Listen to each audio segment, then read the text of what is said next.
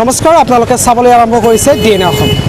আৰু বৰ্তমান মই উপস্থিত আছোঁ দক্ষিণ হাৱা মানকাছৰ জিলাৰ হাতশিঙিমাৰী স্থিত জিলা উপায়ুক্তৰ কাৰ্যালয়ৰ সন্মুখত।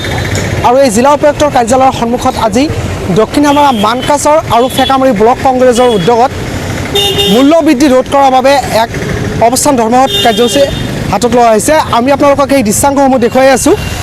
যিয়াতে মোদী হাটাও ডেক বচাও, পেট্ৰলৰ মূল্যবৃদ্ধি ৰোধ কৰক, পিঁয়াজৰ মূল্যবৃদ্ধি ৰোধ কৰক আদিকে কৰি বিভিন্ন ধৰণৰ সমস্যাক লৈ আজি ইয়াতে ফেকামাৰী আৰু মানকাছৰ ব্লক কমিটিৰ উদ্যোগত পেট্ৰল আৰু ডিজেলৰ মূল্য বৃদ্ধিৰ বিৰুদ্ধে প্ৰতিবাদ কাৰ্যসূচী ৰূপায়ণ কৰা পৰিলক্ষিত হৈছে। আমি আপোনালোকক এই দৃশ্যাংশসমূহ দেখুৱাই আছোঁ। আমাৰ লগত ইয়াত উপস্থিত আছে একাংশ লোক উপস্থিত আছে। আমি এওঁলোকৰ পৰা জানিবলৈ যত্ন কৰিম যে আচলতে কিহৰ কাৰণে আজি এই কাৰ্যসূচী ৰূপায়ণ কৰিছে। কি ক'ব, কিহৰ কাৰণে কাৰ্যসূচী ৰূপায়ণ কৰিছে আজি আপোনালোকে?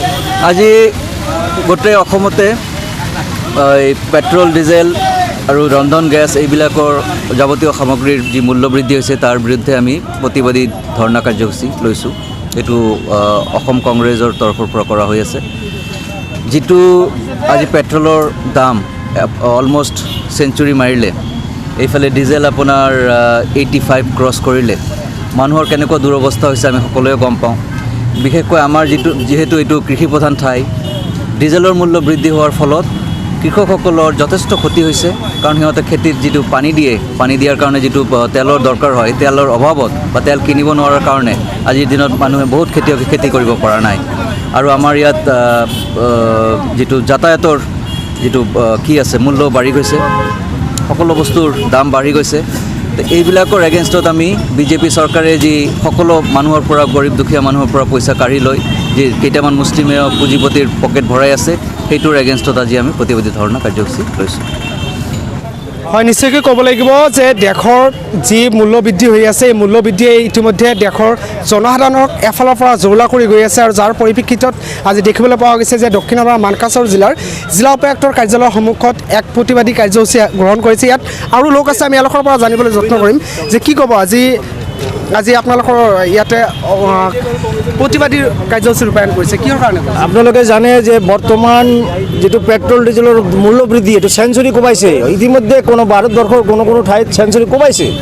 আমাৰ ইয়াত হয়তো এতিয়াও মই পচৌচ অৱস্থা, এনেকুৱা অৱস্থাত আপোনালোকে এইটো জানে যে পেট্ৰল যিটো অভাৱনীয় মূল্য বৃদ্ধি, আমাৰ গেছৰ যিটো দাম বাঢ়িছে যি হাৰত, এই হাৰে এইটোৰ বিৰুদ্ধে যাতে আমি আমাৰ প্ৰতিবাদ কৰিছোঁ। যি সময়ত ইণ্টাৰনেশ্যনেল মাৰ্কেটত পেট্ৰল ডিজেলৰ দামৰ যিটো দাম কমি গৈছে, আধা হৈছে। আমাৰ কংগ্ৰেছ চৰকাৰৰ দিনত এইটো আছিল ইণ্টাৰনেশ্যনেল মাৰ্কেটত প্ৰতি বেৰেলত $108 আছিল, আৰু এতিয়া $52 পায়। অথচ আমাৰ দিনত সৰ্বোচ্চ ৰেট হৈছিল 71 টকা। আৰু আজিৰ দিনত আপোনালোকে চাওক, ইণ্টাৰনেশ্যনেল মাৰ্কেটত আধা, 108ৰ আধাতকৈ কম। সেই সময়ত কোন যুক্তিত এই শোষণকাৰী মোদী চৰকাৰে পেট্ৰল ডিজেলৰ দামটো এনেকৈ বঢ়াইছে, তাৰ বিৰুদ্ধে আজি আমাৰ এই প্ৰতিবাদ আমি এনেকৈ আমাৰ প্ৰতিবাদ অব্যাহত থাকিব। আৰু আপোনালোকে জানিব, যদি চৰকাৰে আমাৰ এই দাবীৰ প্ৰতি সঁহাৰি নজনায়, 21ৰ নিৰ্বাচনত অসমৰ পৰা মোদী চৰকাৰ, বিজেপি চৰকাৰক ৰাইজে অৱশ্যেই উৎখাত কৰিব। এনেকুৱা দুৰ্নীতিগ্ৰস্ত চৰকাৰ যিহঁতে ৰাইজৰ প্ৰতি নাচায়, কৰ্পৰেট গোষ্ঠীৰ হাতত আমাৰ দুখীয়া মানুহৰ পকেট কাটি সিহঁতে ৰাজত্ব চলাইছে, নিজে লাহবিলাহত জীৱন কটাইছে।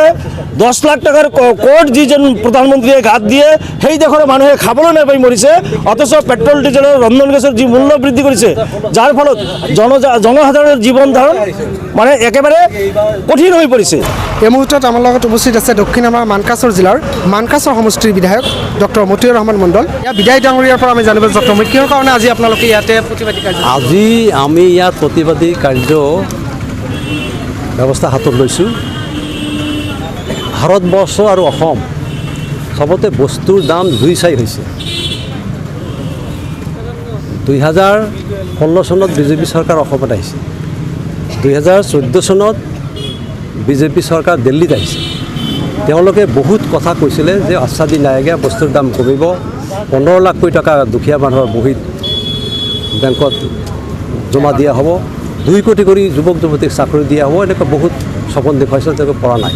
আজি বস্তুৰ দাম যিটো দুই চাই হৈছে, তাৰ প্ৰতিবাদত petrol, diesel, gas, kerosene plus অন্যান্য সকলো বস্তু, চাউলৰ বাদে সব বস্তুৰ দাম বাঢ়ি আছে। 2 গুণ, 3 গুণ, 4 গুণ, 5 গুণ, 7 গুণ কৰি বাঢ়িছে। তাত আমি ধিক্কাৰ দিছোঁ আৰু তাৰ প্ৰতিবাদত আমি আজি ইয়াত ধৰ্ণা কাৰ্য। বিজেপি চৰকাৰে কৈছে যে আচলতে কৰোণা মহামাৰীৰ কাৰণে বস্তুৰ মূল্য বৃদ্ধি হৈছে। কৰোণা মহামাৰীৰ কাৰণে হোৱা নাই, কৰোণা মানে আজিহে হৈছে। যোৱা মানে মাৰ্চ মাহত কৰোণাৰ কাৰণে তেওঁলোকে 25 মাৰ্চ 2020 চনত তেওঁলোকে লকডাউন কৰিলে। তাৰ আগতেতো নাছিলে, তাৰ আগতে 5 বছৰ বিজেপি চৰকাৰ দিল্লীত আছিল, তেওঁলোকে কিবা কৰিব পাৰিছিল জানো? কাৰো উপকাৰ হৈছিল জানো? দুখীয়া মানুহৰ উপকাৰ হৈছিল জানো? তেওঁলোকে দুখীয়া খেতিয়কৰ লোন তেওঁলোকে মাফ নকৰে, তেওঁলোকে আত্মহত্যা কৰি প্ৰায় 12,000 মানে বছৰি ভাৰত লোক হয়, তেওঁলোকে একো কৰা নাই। কিন্তু ধনী মানুহক আম্বানীহঁতক তেওঁ হাজাৰ কোটি টকা মাফ কৰি দিছে, বেংকৰ লোন তেওঁলোকক দিছে। এতিয়া যদি মোদী চৰকাৰে বস্তুৰ মূল্যবৃদ্ধি ৰোধ নকৰে তেতিয়াহ'লে আপোনালোকে নেক্সট কিবা পৰিকল্পনা হাতত লৈছে? যদি মূল্যবৃদ্ধি ৰোধ নহয়, মূল্যবৃদ্ধি যদি যেনেকুৱা আছে এনেকুৱাই থাকে বা ইয়াতকৈ আৰু বেছি হয় তেতিয়াহ'লে আপোনালোকে আমাৰ এইটো আজিৰ কাৰণেই নহয়, এইটো পৰ্যায়ক্ৰমে চলি থাকিব। আমাৰ পাৰ্টিৰ ডিৰেকশ্যনতে পৰ্যায়মতে চলি থাকিব। So long things are not taken it a right route, we'll fight. নিশ্চয়কৈ ক'ব লাগিব যে পেট্ৰল ডিজেল, বিশেষকৈ পেট্ৰল ডিজেলৰ কথা ক'ব লাগিব, কাৰণ পেট্ৰল ডিজেলৰ মূল্য ইতিমধ্যে প্ৰায় চেঞ্চুৰীৰ দিশে গতি কৰিছে। আৰু এই পেট্ৰল ডিজেল ব্যৱহাৰ কৰি কৃষকসকলে খেতি বাতিত মেচিন চলাই খেতি বাতিত জলসিঞ্চন অৰ্থাৎ পানীৰ যোগান ধৰে।